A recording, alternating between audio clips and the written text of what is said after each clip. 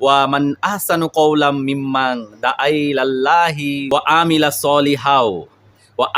সলিহা ওয়া ক্বালা ইন্নানি মিনাল মুসলিমিন। তার কথার চেয়ে আর কার কথাই উত্তম হতে পারে যে মানুষকে আল্লাহর দিকে ডাকেন। দেখুন, আমরা খুব ক্লান্ত, পরিশ্রান্ত। দুনিয়ার এত ফিতনা, একটার পর একটা আমাদেরকে যেভাবে আষ্টেপৃষ্ঠে জড়িয়ে ধরেছে, এখান থেকে সত্যিকার অর্থেই মুক্তির আর কোনো হদিস, আর কোনো দিশা পাচ্ছি না।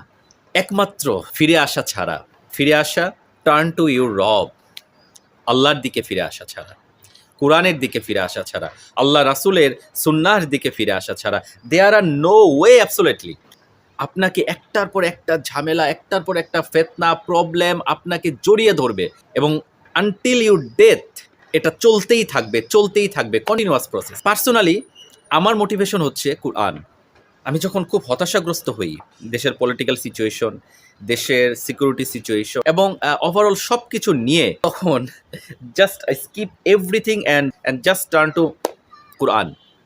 সব কিছু স্কিপ করে আপনি যদি কোরআনের মধ্যে আত্মমগ্ন হতে পারেন, আপনি যদি আল্লাহ রাসূলের সুন্নাতে আপনার জীবনে সাজিয়ে নিতে পারেন, you will be success. And there is only way আপনি পৃথিবীতে শান্তি পাবেন, সুকুন পাবেন। আপনার মনে হবে যে লাইফ ইজ মিনিংফুল।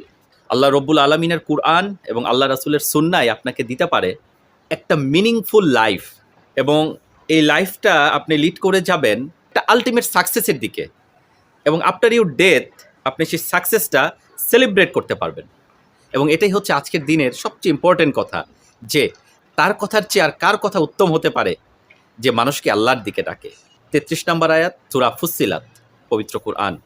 ওয়া মান আহসানু কওলাম মিম্মান দাআ ইলাল্লাহি ওয়া আমিলা